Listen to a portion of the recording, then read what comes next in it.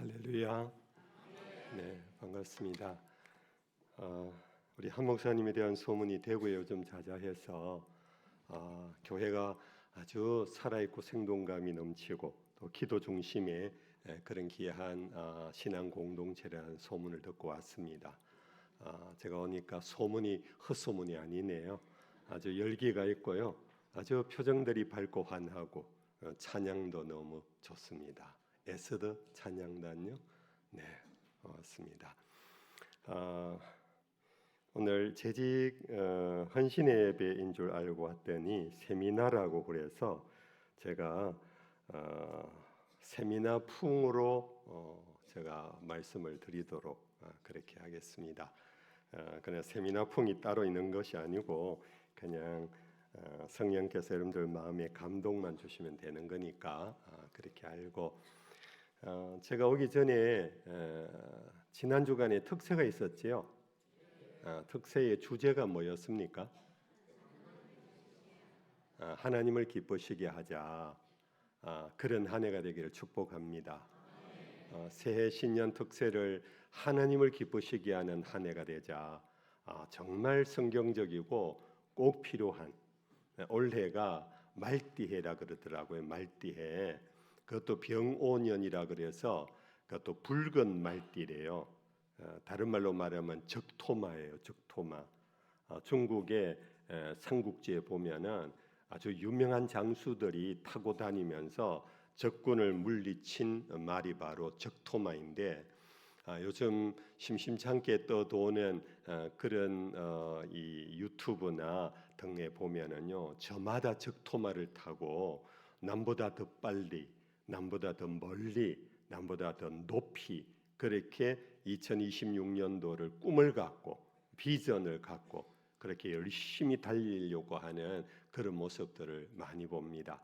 근데 세상 사람들은 적토마를 타도 우리는 하나님을 기쁘시게 하는 천사에게 붙잡혀서 하나님의 품에 안겨서 하늘을 나는 비상하는 여러분들 될 수 있기를 축복합니다.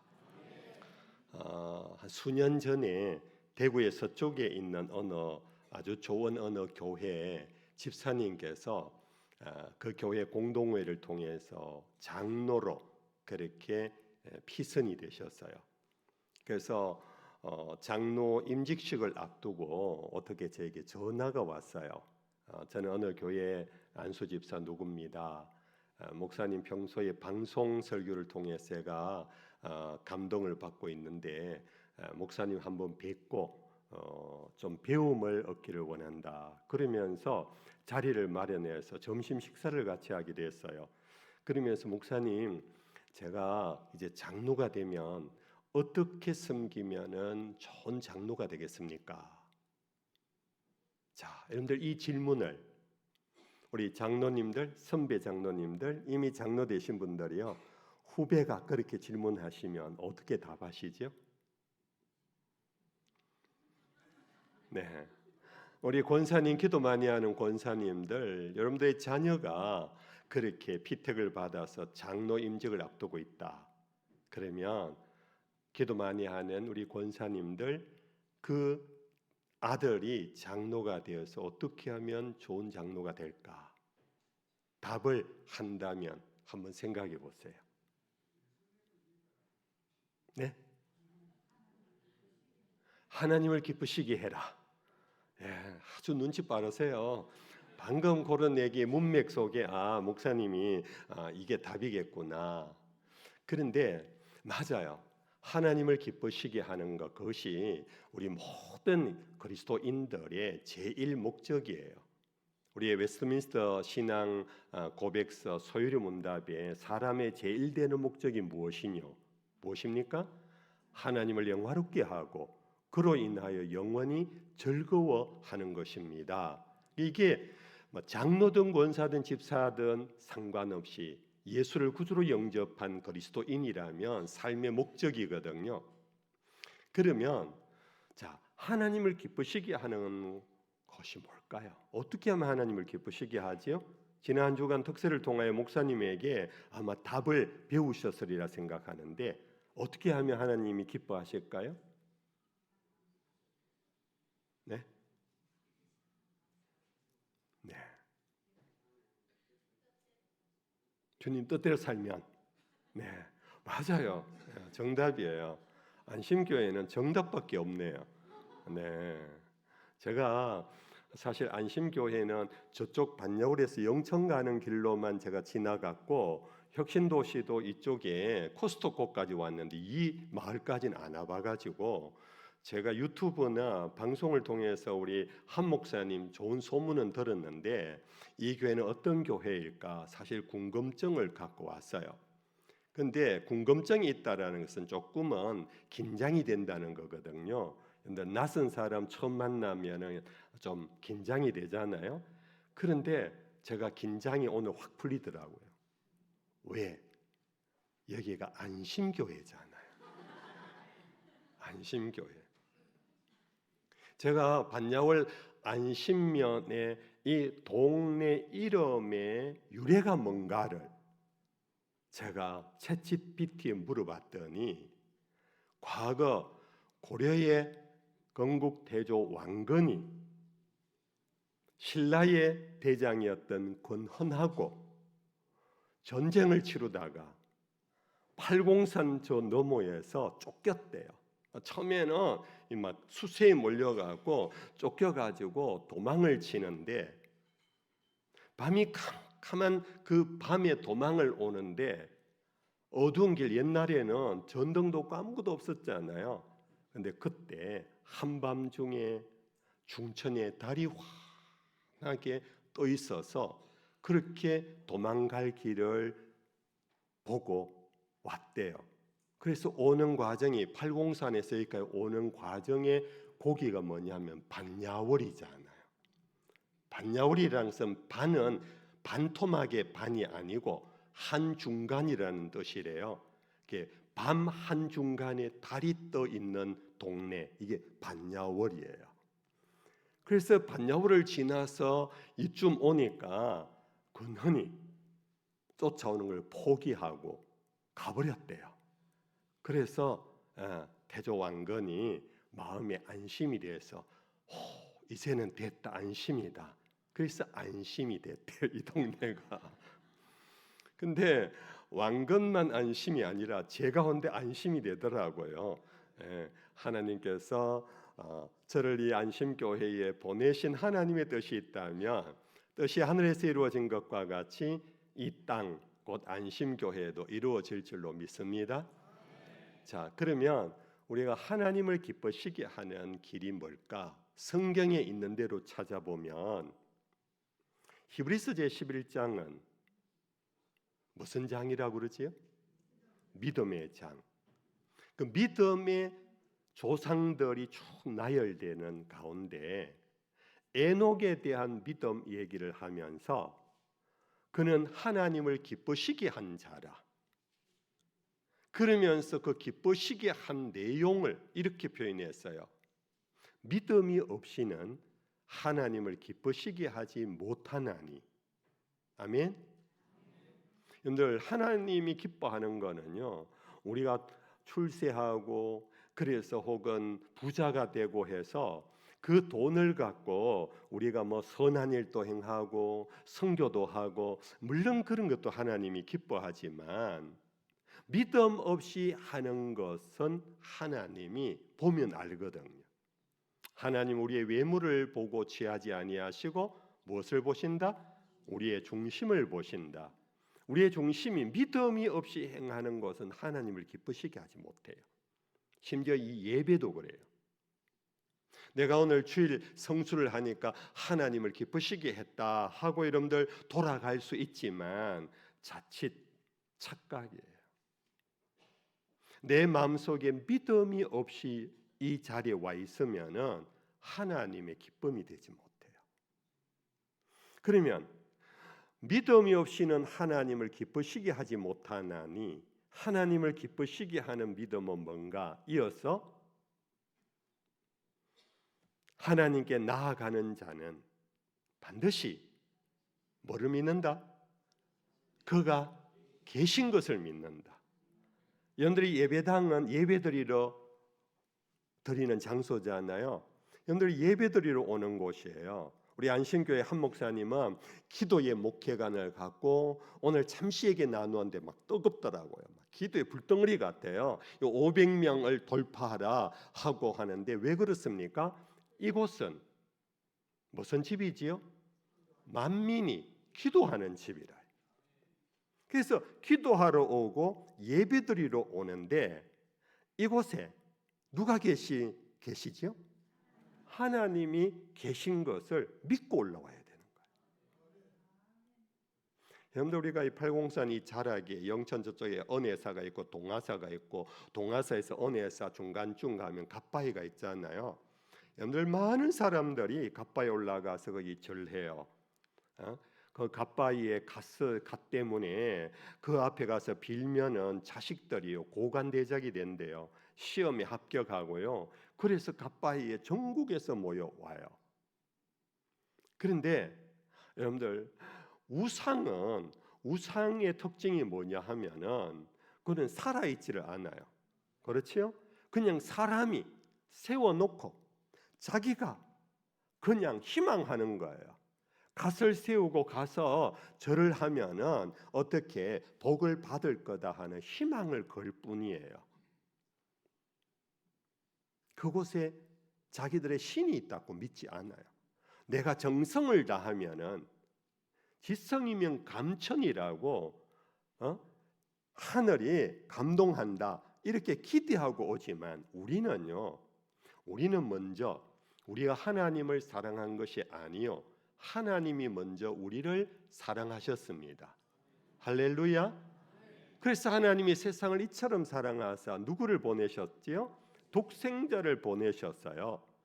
이는 저를 믿는 자마다 뭐하지 않고 멸망치 않고 영생을 얻게 하려 하심이라. 그래서 하나님의 독생자가 이 땅에 오셔서 수고하고 무거운 짐진 자들아 다 내게로 오라. 이곳은 예수님이 교회의 머리시잖아요. 교회의 주인이시잖아요. 아멘입니까? 그러면 이 예배당에 주인이 계셔야 이 예배당이 그분이 주인이라고 말할 수 있잖아요. 그래서 우리는 이곳에 주인 되시는 예수님이 계신 것을 믿고 와야 돼요. 그분이 나를 불러주신다라는 그 음성을 듣고 음성을 듣는 믿음으로 올라와야 돼요.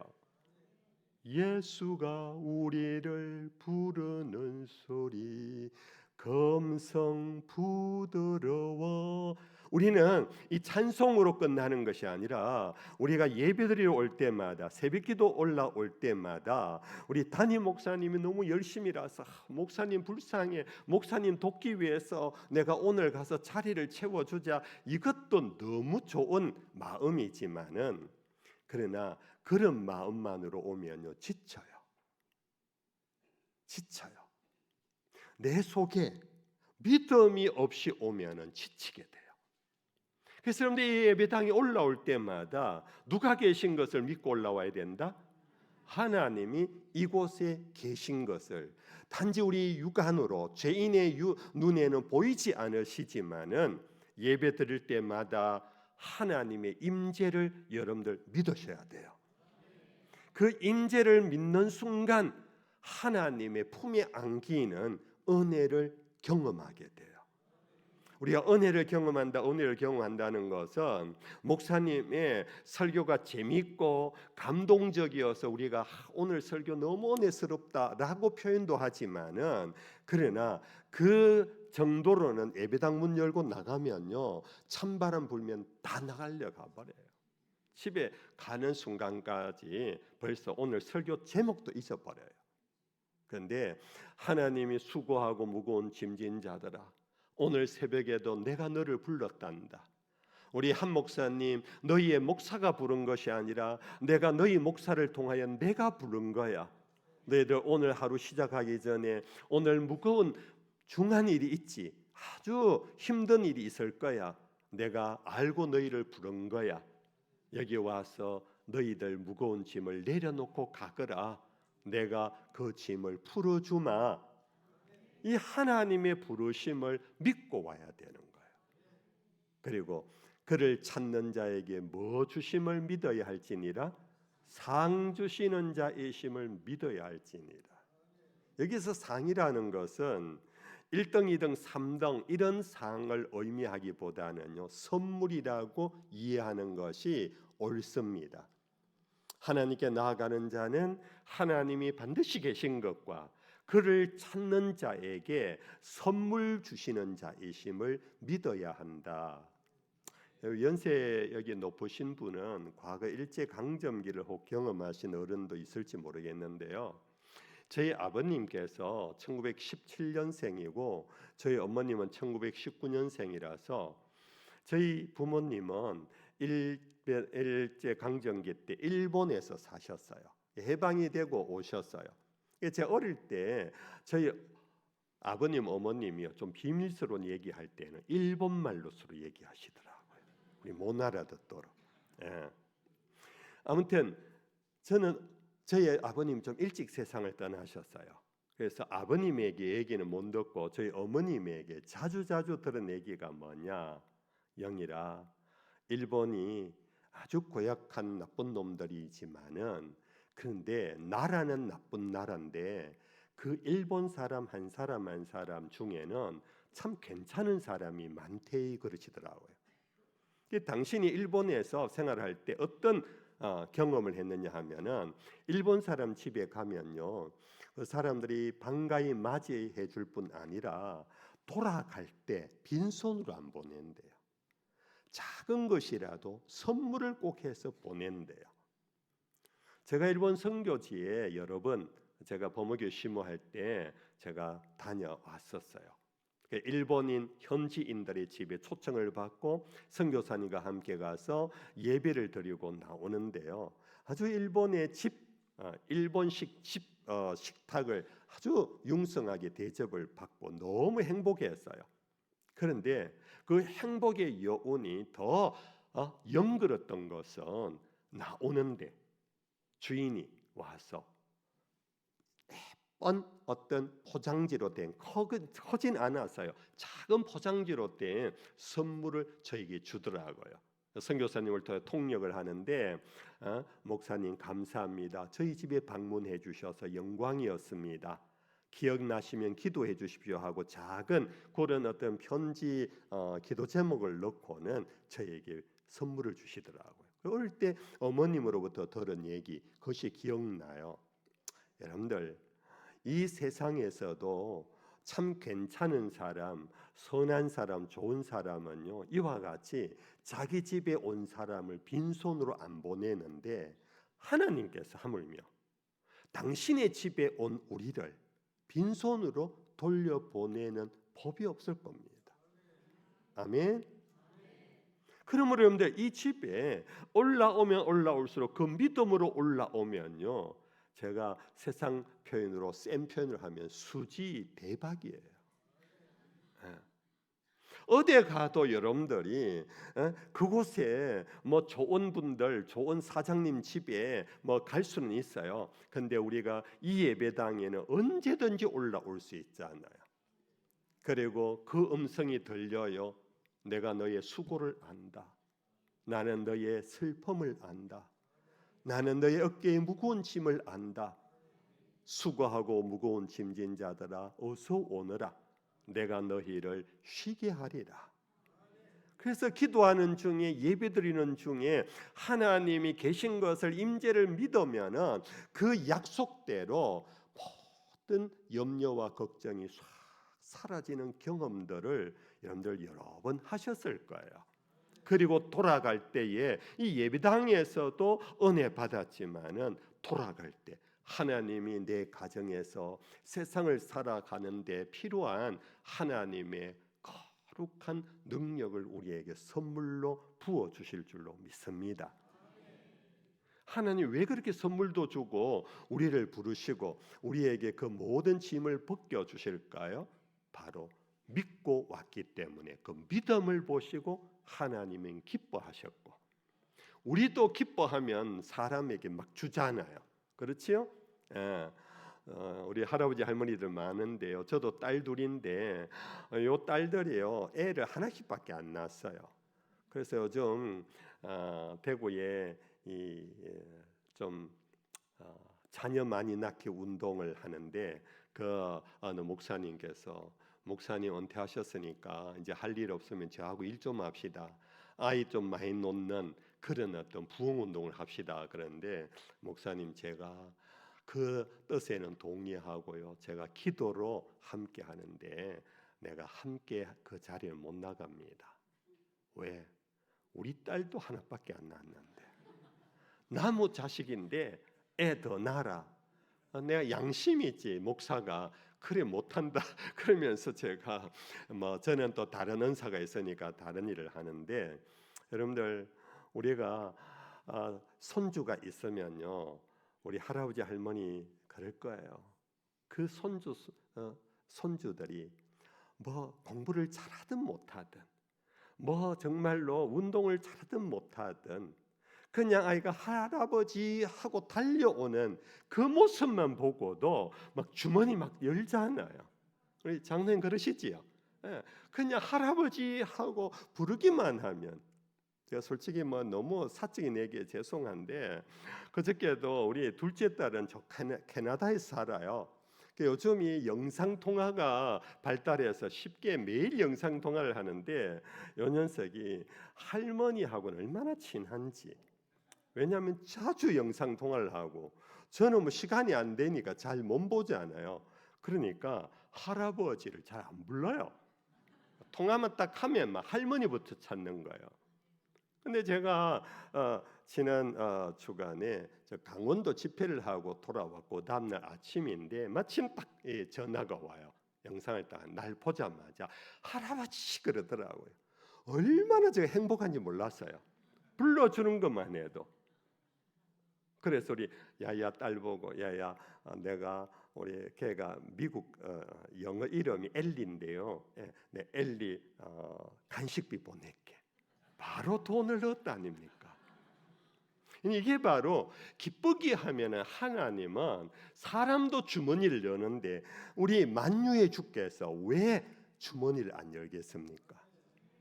할렐루야. 근데 이것이 너무나 어린아이 같은 믿음이지만은 가장 순수하고 순결하고 이 믿음이 우리가 교회를 섬길 때에 어떤 것보다 더 중요해요. 이 교회 재직 여러분들이요. 여러분들이 내가 이 교회에 무엇을 해서 어떻게 섬기면 내가 참 장로로 권사로 집사로 내가 제대로 섬길까? 여러분들 그보다 더 근본적인 것이 바로 하나님을 잘 믿으세요. 그 믿음은 예배 생활에서 승리하는 거예요. 예배가 하나님이 계신 임재를 만나고 예배를 끝낸 다음에 하나님이 주시는 선물, 권능, 성령이 너에게 임하시면 무엇을 받고 권능을 받는다 그랬어요. 우리가 하나님의 선물은요 그냥 기분 정도가 아니에요. 그냥 산박한 느낌이 아니에요. 두나미스, 다이너마이트라 그랬어요. 그것이 우리에게 주어질 때는 너희가 세상에서 환난을 당하나 담대하라 내가 세상을 이겼다 하는 그 두나미스를 성령을 우리에게 주시면서 우리에게 일으키는 놀라운 선물인 거예요. 그래서 여러분들 목사만 그런 것이 아니라 선교사만 그런 것이 아니라 우리 모든 그리스도인들은 세상으로 나갈 때에 너희는 세상에 뭐라? 빛이요 소금이라 그랬어요. 여러분들 빛만큼 에너지가 많은 물질이 없어요. 태양이 모든 생명을 만드는 에너지원이잖아요. 그렇죠? 여러분들 우리가 세상에서 이 권능 두나미스 이게 없으면 입으로만 우리는 세상의 빛, 세상의 소금, 근데 능력이 없어요. 오늘 한국 교회에 지금 아우성치는 패배 의식. 우리 교회 큰일 났다. 우리 한국 교회 큰일 났다. 그런 아우성이 많은데 여러분들 그것이 이유가 뭔가요? 권능이 사라졌어요. 그 권능이 왜 사라집니까? 성령을 받지 못했어요. 성령은 하나님이 우리에게 주시는 선물이거든요. 이 선물을 누구에게 주신다고요? 믿음이 있는 자에게. 그 믿음을 가지고 예배하고, 믿음을 갖고 기도의 집으로 올라와 부르짖고, 그 믿음으로 하나님을 찬송할 때에 하나님은 우리에게 살아있는 권능, 권세를 주실 줄로 믿습니다. 그러면 안심교회는 내적으로는 안심이 풍부하고 외적으로는 에너지가 막 솟아나가고, 그래서 이 지역 반야월 지역뿐 아니라 대구도성의 도피성이 되고 대구도성의 방주가 되는 그런 놀라운 기적이 일어나게 될 것입니다. 자, 그런데 오늘 본문은 사도 바울이요 이렇게 말씀했어요. 이로써 그리스도를 섬기는 자는 하나님을 기쁘시게 하며, 이렇게 끝났으면 오늘 제 설교도 여기서 끝내면 돼요. 그렇죠? 하나님을 기쁘시게 하는 길을 제가 말씀드렸으니까. 그런데 그 다음 말씀이 뭡니까? 시작. 사람에게도 칭찬을 받느니라. 그리스도를 섬기는 자는 재직들이잖아요.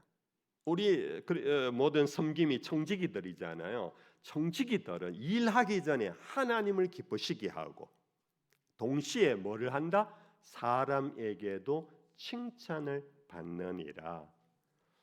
오늘 제가 설교 제목이 뭐였습니까? 우리가 놓친 일이에요. 하나님을 기쁘시게 하는 데는 우리 다 마음은 있어요. 마음은 있는데 잘 못해서 그렇지. 의지는 있어요. 열심을 다하지 못해서 그렇지. 근데 어쨌든 관심은 하나님을 기쁘시게 하는 것이 우리의 제일 삶의 목적이라는 것까지는 알아요. 근데 놓친 게 있어요. 그게 바로 사람에게 칭찬을 받아야 한다는 부분을 놓쳐버렸어요. 저도 교육전사로부터 시작하면요, 목회생활 40년을 하고 저희 범어교회에서 28년을 담임으로 그렇게 심호하다가 제가 3년 전에 제가 조금 일찍 은퇴를 했습니다. 조금 일찍 은퇴를 해서 제가 아직은 60대예요. 60대 아직 젊어요. 그러니까 불러주신 거지요. 불러주셨는데 영광이고요. 제가 목회 40년을 하면서 이 제목이 저의 목회의 안타까움이었어요. 오늘 한국 교회가 놓친 것이 하나 있다. 오늘 우리 목회자들이 놓친 것이 하나 있다. 오늘 우리 성도들이 놓친 것이 하나 있다. 놓치는 이유가 뭡니까? 관심이 없으면 놓쳐요. 내가 이 중하다 그러면 꽉 쥐고 있잖아요. 근데 이것이 관심이 없고 이것이 별로 중하지 않다고 여겨버리면 손에서 스르륵 놓치게 돼요. 그게 뭐냐? 사람에게 칭찬받는 부분에 대하여서 우리는 관심도 없고 거기에 대하여 중하다는 생각도 없고 그것이 우리의 믿음과 직결된다라는 것을 생각하지 못함으로 우리는 하나님께 영광이 되지 우리 사람에게 칭찬받으려고 하면 안 돼. 사람에게 칭찬받고 박수 받으려고 하면은 우리는 그거는 하나님 제대로 못 믿는 거야.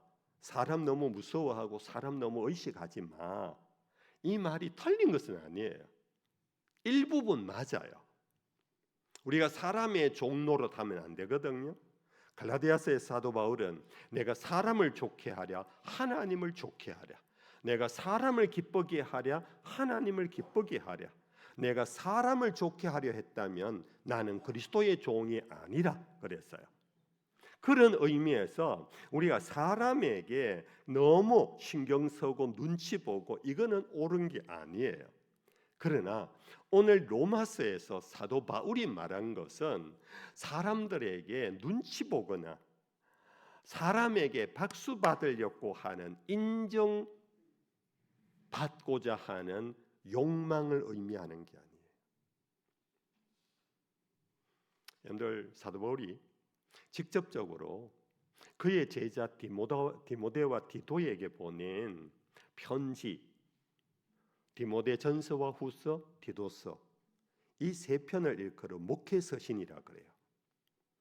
그 제자들은 사도 바울은 대체로 순회 선교사였고, 물론 에베소에서 3년을, 고린도에서 1년 6개월을 보냈지만 대체로 그의 인생 전체는 복음을 전하고 이동했던 분이었거든요. 근데 자기 제자 디모데와 디도는 정착해서 어느 한 지역에서 목회자였어요. 그러다 보니까 교회가 이제 세워지고 교회가 부흥하고 발전하게 됐어요. 그 바울이 이 디모데에게 보낸 편지를 자세히 읽어보면은 너희는 믿음으로 이 교회를 견고하게 해라 한마디로 끝내지 않았어요. 믿음으로 시작했다가 교회가 형성되면 사람들이 모이잖아요. 사람들이 모이는 속에서 교회의 리더는 어떻게 해야 되는가? 어떤 사람을 일꾼으로 세워야 하는가? 그것을 자세하게, 감독된 자는 이런 사람을 세워야 한다. 장로된 자는 이러한 사람을 세워야 한다. 여자 중에도 우리로 치면 권사는 이러한 사람을 세워야 한다. 거기에 공통된 것이 뭐냐 하면은 사람에게, 외인에게 칭찬받는 자여야 한다라고 돼 있어요. 교회 와서는 막 인정받는데 집에서, 식구 안에서 인정을 못 받아. 남편에게 인정을 못 받아. 며느리에게 사랑과 존경을 못 받아. 교회 오면 막 기도에 막 여장부인데 집에 가면 늘 며느리하고 다투어.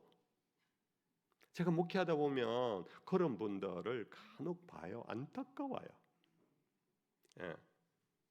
그리고 이웃 사람들에게 아유, 저 또 교회 다니나 이런 사람도 적지 않게 있거든요. 근데 이런 사람들이 교회의 일꾼이 되면 어떻게 되느냐? 세상 사람들에게도 인정받지 못하는 사람이 교회 일꾼이 되면 교회가 할 사명의 가장 중요한 하나의 사명이 있다면 그게 뭡니까? 복음을 전하는 선교잖아요. 그렇죠? 선교예요. 이 선교가 될까요? 안 될까요? 전도가 될까요? 안 될까요? 니나 믿으라 그러잖아요. 당신 같은 사람이 교회 다니면 난 교회 안 다닌다. 당신 같은 사람에게 복을 주는 그런 하나님이 있다면 나는 하나님 안 믿는다. 이런 말을 세상 사람들이 해요. 그럼 우리는 교회 안에서는 인정받는데 전도와 선교를 못하면 어떻게 되나요? 교회가 부흥할 수가 없어요. 그래서 바울은 교회의 일꾼된 자는 지금 여러분들로 치면 재직이 되려면은 하나님을 기쁘시게 할 뿐 아니라 사람들에게도 칭찬을 받아야 한다. 그렇게 돼 있어요. 그런데 우리가 바울의 서신만 있는 것이 아니고 베드로 사도가 보낸 두 편의 편지가 성경 속에 있잖아요. 베드로전서와 베드로후서예요. 여러분들 아는 대로 베드로는 교회를 그 위에 세우겠다고 해준 예수님의 놀라운 축복을 받은 사람. 예수님의 공생의 3년 말에 가이사라 빌립보에서 이제는 마지막 유월절을 지키기 위하여 갈릴리 북방에서부터 이제는 갈릴리를 거쳐서 유대 땅을 거쳐서 예루살렘으로 들어가려고 하는 마지막 여로에서 예수님이 제자들에게 질문했어요. 마태복음 제 16장에 나오는 말씀이에요. 얘들아, 예수님 속에는 작정을 한 거지요. 이제 하나님의 때가 이런 줄 알고 마지막 십자가의 길을 간다고 마음에 이제는 품고 제자들이 물었어요. 얘들아, 우리를 쫓아오는 저 사람들, 저 많은 사람들이 나를 무엇이라고 말하니? 나를 누구라고 말하니? 그러니까 베드로가 하는 말이 뭐라 했나요? 사람들은 엘리야, 다시 온 엘리야라 하거나 다시 되살아난 세례 요한이라고 하는 사람들이 들어 있습니다. 그러니까 그래? 그러면 얘들아, 너희들은 이제 내가 누구니? 내가 누구냐? 그러니까 아주 성질 급한 베드로가 제일 먼저 입을 열어 대답을 했잖아요. 뭐라고 대답했지요? 주는 그리스도시요 살아계신 하나님의 아들입니다. 이를 알게 하니는, 예수님이 그 대답을 받으시고 이를 알게 하니는 누가 아니고, 예, 혈육이 아니고 육정이 아니고 하나님께서 너희에게 알려주신 것이다. 하나님의 은혜로 믿음이 시작됐어요. 하나님의 은혜로 예수님이 누구신가를 깨닫게 되었고 신앙 고백이 나왔어요. 예수님이 내 위에 내 교회를 세우겠다 이렇게 된 거 여러분들 다 아실 거예요. 그러면 베드로는 이제 바티칸 언덕에서 십자가에 거꾸로 매달려서 순교하기 직전에 이 편지를 쓰면서 베드로는 편지 처음부터 끝까지 시작도 믿음이요, 과정도 믿음이요, 마지막도 믿음이야. 너희들은 예수가 주되심과 그리스도이심을, 하나님의 아들이심을 너희들은 절대 놓치지 말고 이 믿음만은 놓아서는 안 된다. 세상에서 어떤 일을 당해도 이 믿음만은 지켜야 한다. 아멘. 그렇게 편지를 썼다면 저도 오늘 그냥 하나님을 기쁘시게 하는 믿음으로 끝냈을 거예요. 근데 베드로는 전설을 통하여서 우리 모두는 왕 같은 제사장이라고 하시고, 그리고 후서에서 시작하면서 너희는 육체의 소욕을 쫓지 말고 너희 속에 하나님의 성품을 가져야 한다. 옛날 번역에는 신의 성품이라고 했어요. 그러면서 말하기를 그 신의 성품, 신령한 성품의 출발이 뭐냐면 믿음이다. 그러나 믿음이 아니고 혹아시나요? 믿음 위에 7개의 믿음의 성장 단계가 있어요. 믿음 위에 덕을 쌓아라. 덕에 지식을 쌓아라. 지식에 절제를 쌓아라. 절제에 인내를 쌓아가라. 인내 위에 경건이 있어야 한다. 경건 위에 형제 우애가 있어야 한다. 형제 우애 위에 사랑을 더하여야 한다. 이게 교회의 반석이었던 베드로가 그가 복음을 전하면서 바티칸 언덕에서 순교하기 직전까지 그는 교회 공동체를 보면서 믿음이 전부라고만 가르치지 아니하시고, 여러분들 믿음 위에 덕이 있어야 세상 사람들에게 그리스도를 전가할 수 있습니다. 그 덕에는 지식이 필요하고요, 지식에는 절제가 필요합니다. 안다고 남에게 자랑하지 않고 겸손히 절제해야 합니다. 그리고 그것을 끝까지 참아내는 인내가 필요합니다. 인내 위에 경건도 필요하고요. 이러면서 가르친 것을 여러분들 결코 간과해서는 안 돼요. 세미나니까, 헌신에 비하면 제가 이렇게 안 하는데 세미나니까 제가 조금 학자를 하나 소개할게요. 미국에 2차 세계대전이 끝난 다음에 지금의 아주 좋은 선진 사회를 만들게 된 과정에 미국의 사회 철학자가 있어요. 라인홀드 니브라는 분이 있어요. 이 라인홀드 니브가 쓴 책 가운데 아주 유명한 책이 한 권 있는데 그 중에 하나가 도덕적 인간과 비도덕적 사회라는 책이에요. 여러분들 어렵지 않은 책 제목인데 혹이나 기억력 좋은 분은 기억해 놓으시고 혹 메모를 했다가 나중에 책을 한번 읽어보세요. 인간 하나하나를 보면은 굉장히 착해요. 선해요. 그래서 도덕적 인간이라고 말해요. 근데 둘이 모이면 사회가 돼요. 그렇죠? 둘 이상이 모이면 사회가 돼요. 가정사회가 되고 이웃사회가 되고 교회 공동체 사회가 돼요. 근데 사람이 둘 이상이 모이면은 이 도덕성이 금이 가기 시작한대요. 혼자 있으면 독도가 아니고 그 뭡니까? 무인도에서는요 죄를 안 지어요. 근데 내 옆에 사람이 있으면은 사람은 본능적으로 우리 속에 죄성이 있어서 자기 중심성으로 탐욕을 가져요. 남의 얘기가 아니지요. 저희 얘기예요. 저도 목사지만 그래요. 그러면서 이 사회가 비도덕적 사회가 된다는 거예요. 저는 이게 교회에도 똑같다고 봐요. 한 분 한 분이 기도하고 예배 드릴 때는 주만 바라보고 예배를 드릴 때는 순결해요. 성령 충만해요.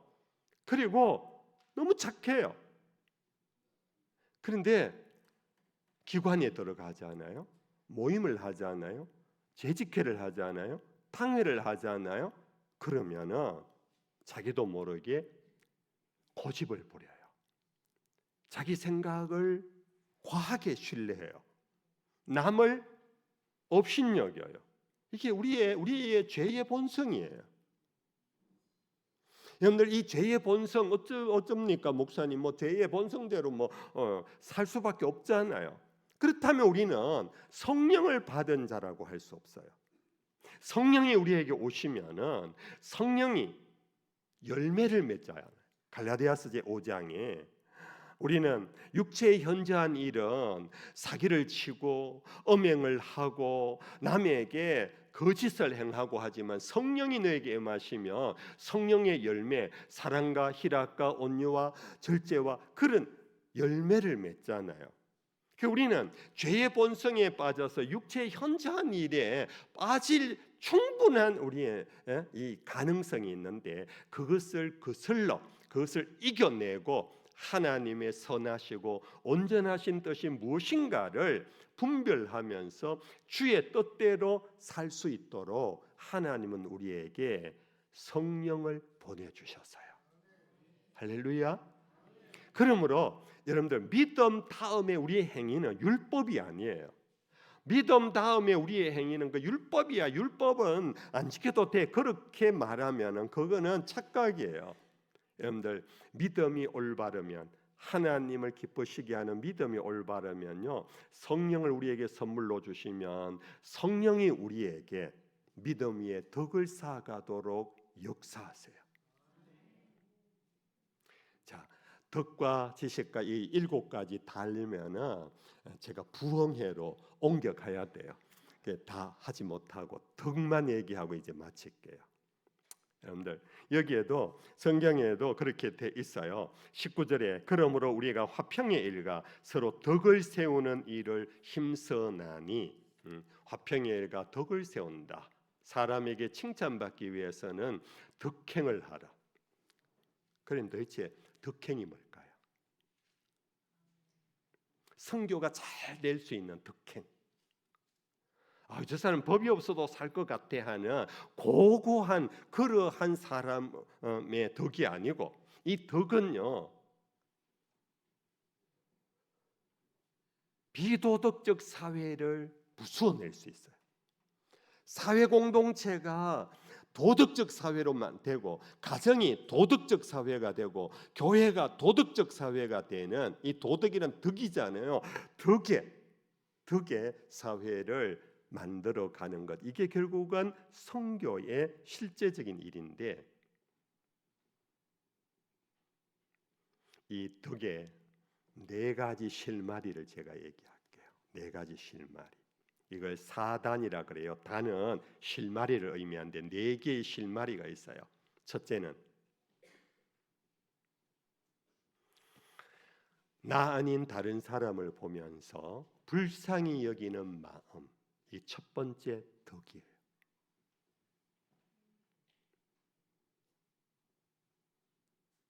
여러분들, 여기에 불쌍히 여기는 마음은 단순히 동정심이 아니에요. 그냥 없는 사람 동양 한 분 주는 그런 게 아니에요. 다른 사람을 불쌍히 여긴다는 것은 하나의 대표적인 표현일 뿐, 이것은 나 아닌 다른 사람의 어려움에 공감하는 거예요. 공감하는 것. 예수님께서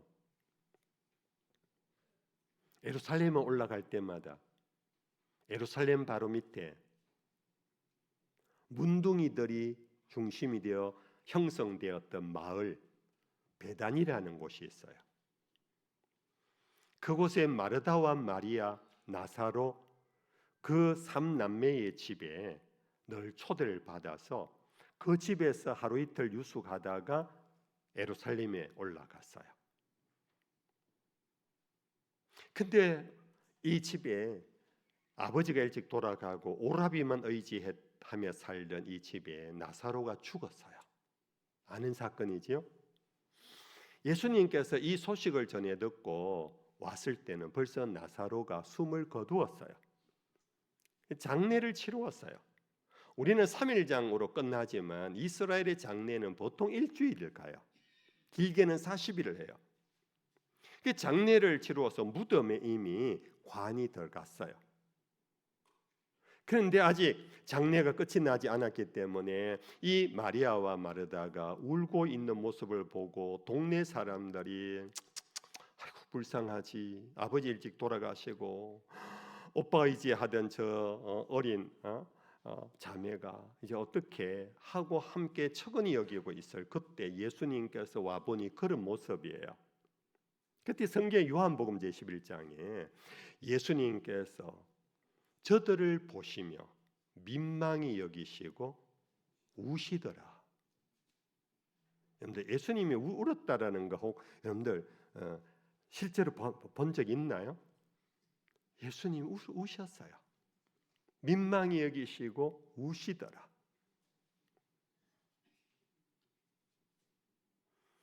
이 모습을 보고는 그 동네 사람들이 뭐라고 평가를 했느냐?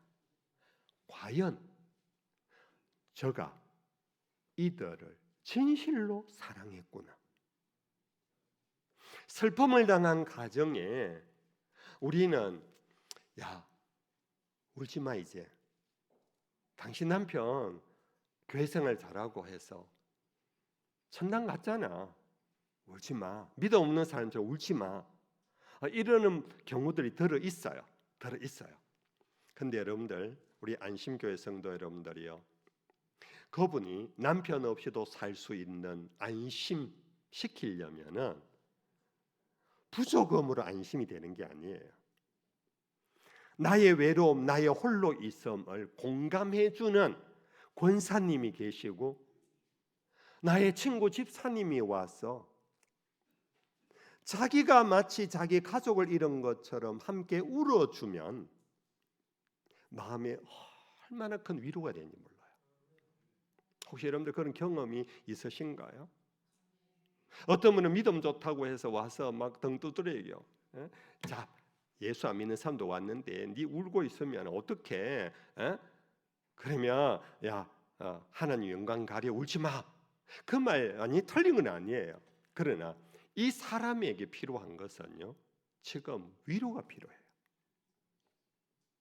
가족, 내 자식을 잃어버린 사람도 있습니다. 내 아내를 잃어버린 사람도 있습니다.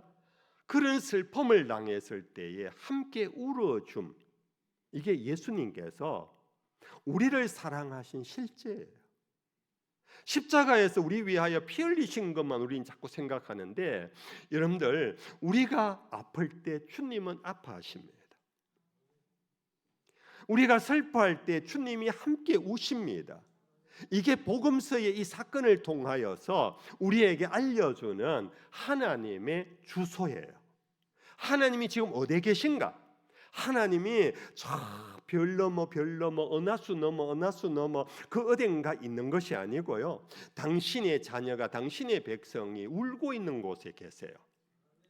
수고하고 무거운 짐을 지고 있는 자 옆에 와서 안아주고 계세요. 그러므로 여러분들 우리가 우리의 경험 속에도 참 그런 경험이 있다면 우리가 세상 사람들에게 혹은 교회 안에서도 마찬가지예요. 여러분들 좋은 재직은 좋은 일꾼은요. 여러분들 옆에 권사님이 장로님이 나이 많다고 해서 여러분들 위로가 필요 없는 게 아니에요. 나이 많으신 분들일수록 마음이 약해요. 어린아이도 마찬가지예요. 공감해 주십시오. 이게 사랑이에요. 사랑의 힘은 공감의 힘하고 똑같아요. 그럴 때 사람들은 감동 먹어요. 정말 사람 좋은 분이다. 와, 정말 이 교회 정말 은혜가 넘친다. 막 박수치고 막 주야 한다고 해서 세상 사람들이 와, 이 교회 은혜 넘친다 소리 안 해요. 우리 교인들은 아니까 오늘 은혜스럽다 하지만은 우리의 집회가 선교적 집회, 전도적 집회가 되기 위해서는 예수 아직 모르는 사람들이 감동을 먹어야 될 거 아니에요? 그들을 감동시키기 위해서는 그들의 자리에 가까이 가서 품어주고 손잡아주고 위로해주는 공감하고 슬픔뿐만 아닙니다. 좋은 일이 있으면 박수 쳐주세요. 요즘 사람들요 남의 집에 좋은 일 있으면 우리나라에 그런 고약한 거 있잖아요. 사촌이 논사면 배가 아프다 그러잖아요. 남이 박수 받는 걸 너무 언짢아해요. 근데 여러분들 남이 좋은 일이 생기면요 정말 진심으로 축하해 주세요. 그러면 감동해요. 그것이 바로 믿음의 열매, 덕이에요. 두 번째 실마리. 여러분들 의인은 없나니 하나도 없잖아. 그렇지요? 여러분들 저도 마찬가지고요. 우리는 다 죄인이에요. 믿음 위에 가져야 할 두 번째 실마리, 덕의 실마리는 뭐냐 하면은 부끄러워할 줄 아는 마음이에요. 부끄러워할 줄 아는 마음. 내가 실수를 하면요 부끄러워할 줄 알아야 돼요. 내가 잘못하면 부끄러워할 줄 알아야 돼요. 내가 목사식이나 돼갖고 내가 이것도 못 견뎠구나. 야, 내가 권사인데 내가 새벽기도 또 안 나가고 이게 뭐야? 에? 그런 것을 그냥 목사님에게 죄 짓는 게 아니라 나의 연약함을 부끄러워할 줄 알아야 돼요. 사람이요 생활 태도가 바뀌지 않는 것은 부끄러워할 줄 모를 때 바뀌지 않아요. 내가 잘못해서 보통 사람들 그렇게 사는 거 아니냐?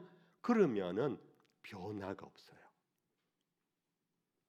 세상 사람들이 우리 교인들에게 하는 말 중에 하나가요. 야, 교인들 참 뻔뻔하대 이건. 뻔뻔하대요. 여러분들 우리는 누워서 침 많이 뱉을 필요 없습니다. 우리가 정말 우리 자신을 돌아보면서 자기 부족과 연약을 인정할 줄 알고 자기의 잘못을 뉘우칠 줄 알고 조금이라도 잘못했으면 미안합니다. 집사님 미안해. 내가 깜빡했어. 근데 우리는 그냥 여상스럽게 어쩔 수 없지 이렇게 하고 미안해라는 말을 안 해요. 여러분들 거꾸로 경험을 한번 돌아보실래요? 누군가가 미안하다 소리 없이 슬쩍 넘어가요. 그러면요 마음속에 남아요. 참 사랑과 고약하네. 오래가요. 근데 미안하다는 말 하면요 녹아요. 그러면서 그 미안하다 할 줄 아는 것이 사람의 근본적으로 겸손을 드러내거든요. 겸손하지 않는 오만한 자는요 미안하다를 사과를 못해요. 무엇보다 여러분들 아내에게 남편에게 사과 좀 하며 사세요. 제가 우리 교인들에게 한두 번 그런 얘기를 했는데요. 상담을 하다 보면은 그런 얘기에 수다 들어요. 목사님, 설교할 때 이런 설교 좀 해주면 안 됩니까? 무슨 설교할까요? 우리 마누라는요, 결혼한 지 내가 20년이 넘는데, 물론 제가 잘못한 것도 있는데, 우리 마누라도 잘못한 거 있거든요.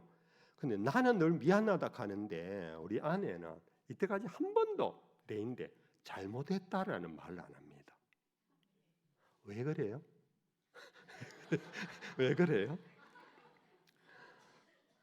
남자들은요, 바깥에 나가면 자존심이 있는데 집에 오면 아내에게 자존심을 안 부려요.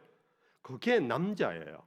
그게 정말 좋은 남편이에요. 근데 부인들은요, 남인데는 미안해 잘 하는데 남편인데는 자존심이 그리 세대요.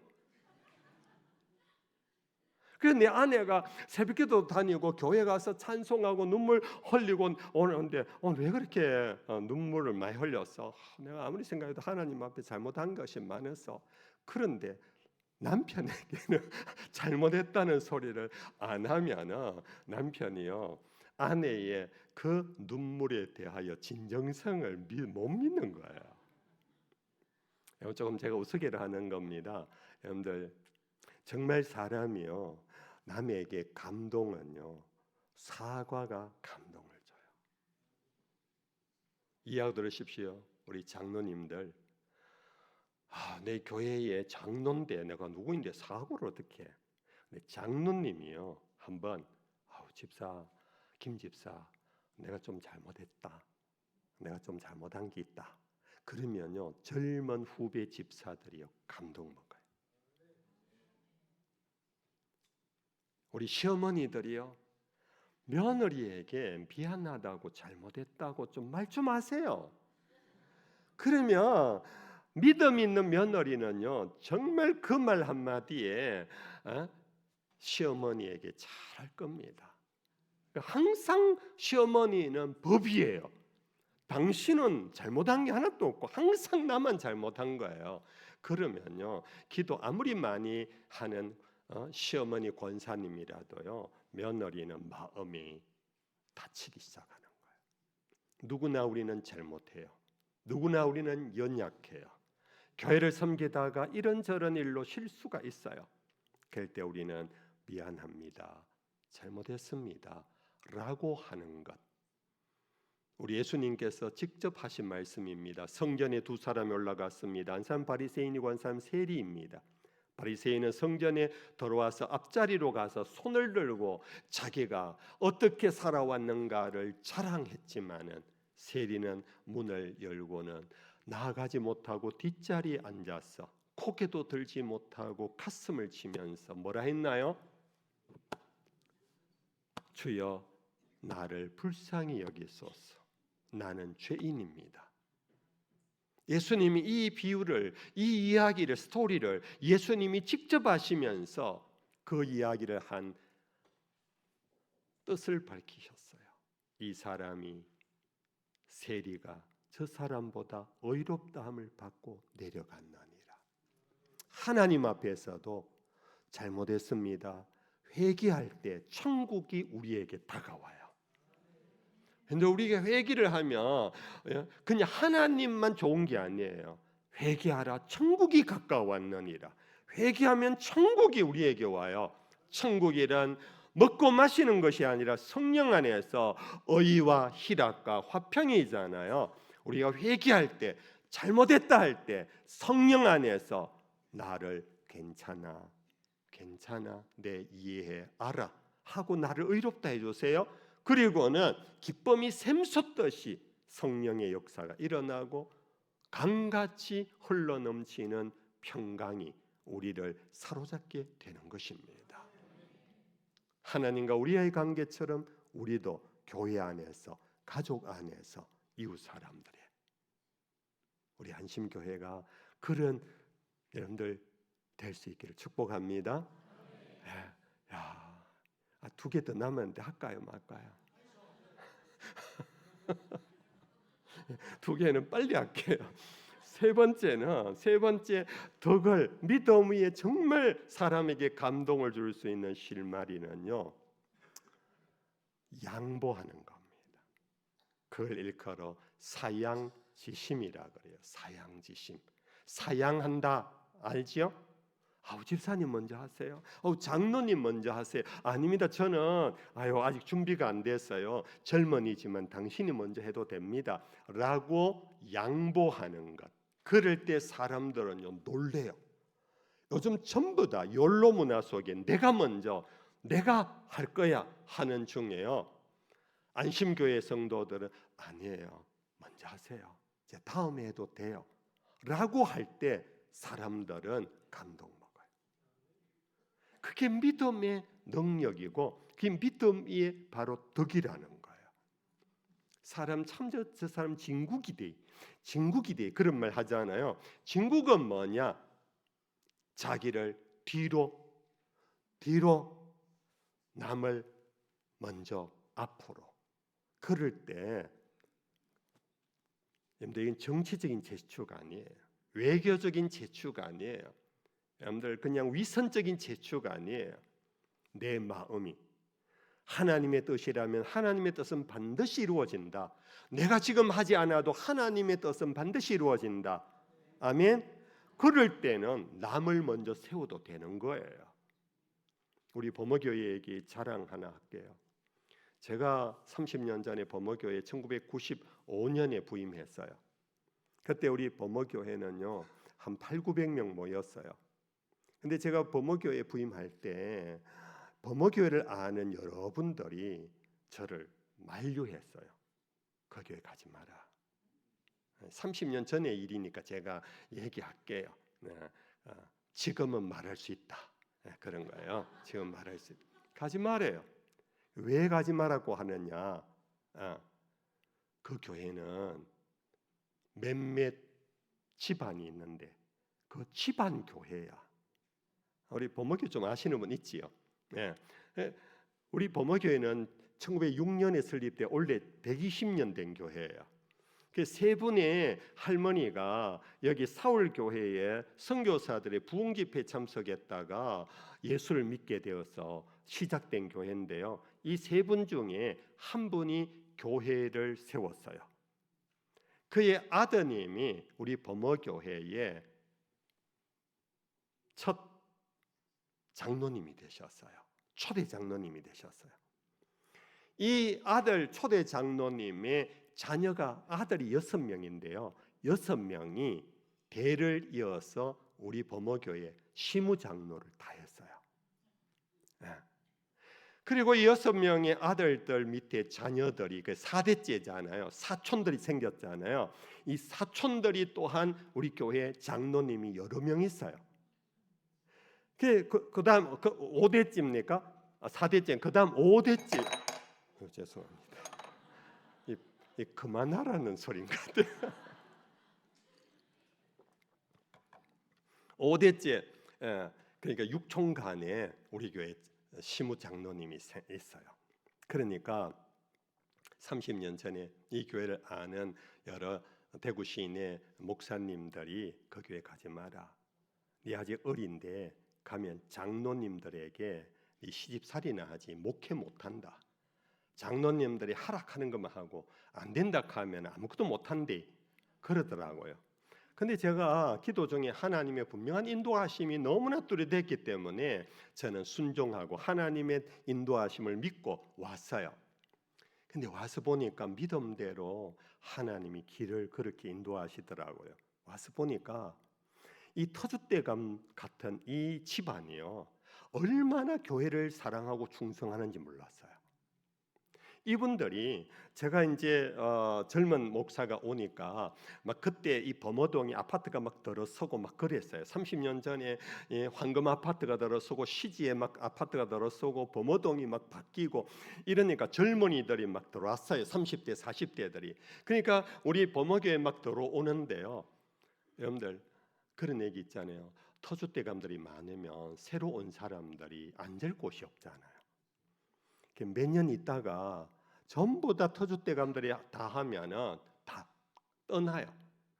근데 이분들이 왔는데 터줏대감들이요, 정말 교회를 사랑하는 마음으로 새로 온 분들을 전부 다 자기 기관에 처음에 와서 1년을 보낸 다음에 이분 참 신실하다, 믿음이 반듯하다 싶으면은 자기들끼리 세워가지고 부장을 시키고 또 임원을 막 시켰어요. 예, 자치기관이니까. 그러고는 한 3, 4년 지나니까 그 기관에 회장, 부회장이 막 다 된 거예요.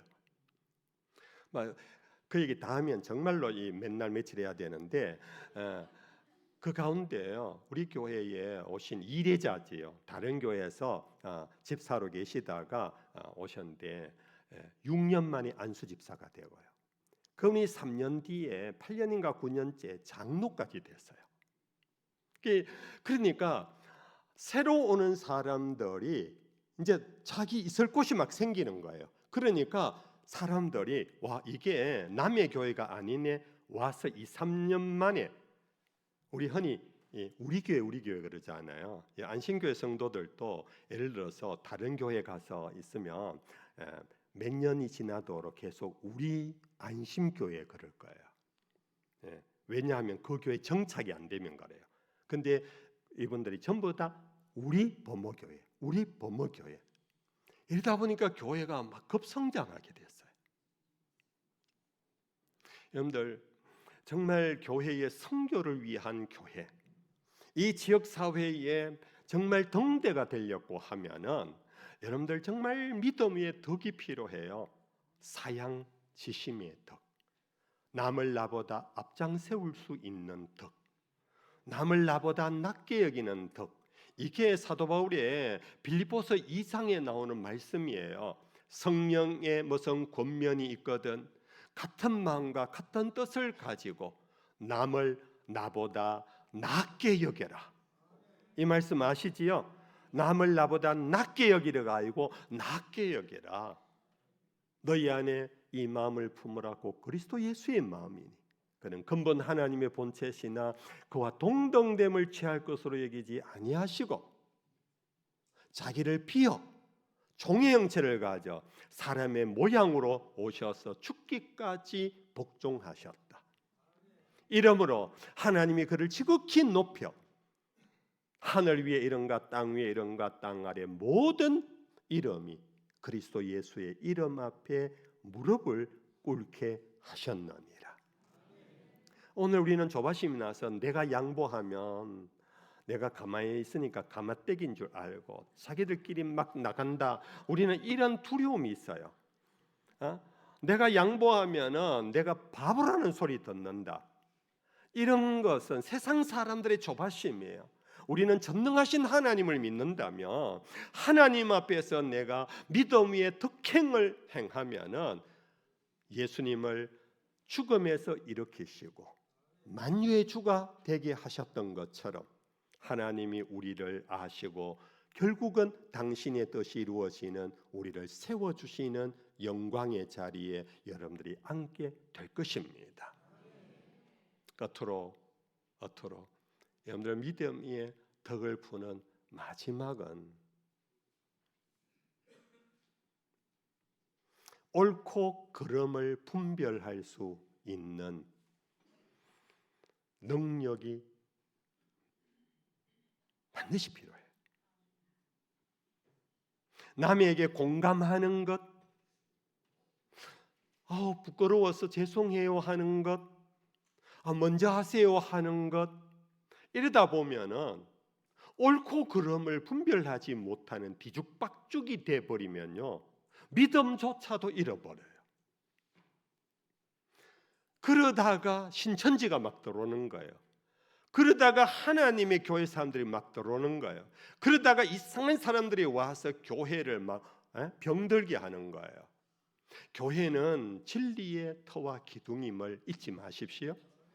교회는 이 믿음 위에 덕을 가지되 이 덕이 온전히 인정받기 위해서는 옳고 그름, 시비지심, 옳고 그름을 잘 분별할 수 있는 그 능력이 있을 때 내가 지금까지 다른 사람에게 공감해주고 내가 미안합니다 하고 내가 고개를 숙이고 다른 사람을 앞세우며 내가 뒤로 했던 것들이 연그러지고 열매를 맺을 수 있어요. 그래서 시편 1편에 복 있는 사람은 악인의 길을 쫓지 아니하고 죄인의 길에 서지 아니하고 오만한 자의 자리에 함께 앉지 아니하니 대신 뭐지요? 여호와의 율법을 뭐한다? 즐거워하여 그 율법을 주야로 묵상하는 자로다. 그래서 여러분들 담임 목사님과 기간에 여러분들 가르치는 귀한 우리 교육자들의 그 가르침을 잘 받으십시오. 그 말씀 앞에 여러분들이 옳고 그름을 분명히 내 생각이 아니라 세상의 유행 풍조가 아니라 말씀을 잘 배우고 말씀을 담아서 그 말씀의 힘으로 바로 믿음 위에 득행을 해갈 때에 여러분들 이 교회가 세상에서 빛과 소금이 되고 선교하는 선교적 교회가 되고 그럴 때 우리의 예배와 우리의 기도와 찬양이 하나님의 영광을 드러내고 여러분들의 삶에 가장 참된 행복을 여러분들이 얻어 누리게 될 것입니다. 그런 우리 재직들 앞장서는 모든 재직들이 될 수 있기를 주 예수의 이름으로 축복합니다. 기도하십시다. 자비로우신 하나님, 부족한 종이 우리 안심교회 한 목사님이 섬기는 귀한 강단의 초대를 받고 이 한 해 재직으로 세움을 받은 분들이 어떻게 교회를 섬겨가야 할 것인가에 시간을 잠시 가졌습니다. 종의 말이 주의 말씀이 아니라면 다 잊어버리게 하시고 주의 말씀이면 그 말씀이 성령의 검처럼 좌우에 예리한 날성검이 되어 우리 모든 안심교회 재직들의 영과 혼과 관절과 골수를 찔러 쪼개어 주시고 이들의 삶 속에 그 말씀이 생명력이 되고 그 말씀이 불이 되고 그 말씀이 빛이 되어서 가정과 교회와 이 세상을 하나님의 사람답게 잘 섬겨갈 수 있는 모든 일꾼들이 되게 해 주시옵소서. 우리 한 목사님 오신 지 이제 6년이 지나가는데 이 교회를 더욱 견고하게 붙잡아 주시고 한 목사님의 입에 권세를 주시고 우리 장로님들 목사님 말씀 앞에 함께 동력하고 함께 따라갈 수 있는 귀한 동력자들이 되며 모든 재직들이 성령의 하나 되게 하신 것을 힘써 지켜갈 수 있는 복된 교회가 되게 해 주옵소서. 예수님 거룩하신 이름으로 기도하옵나이다.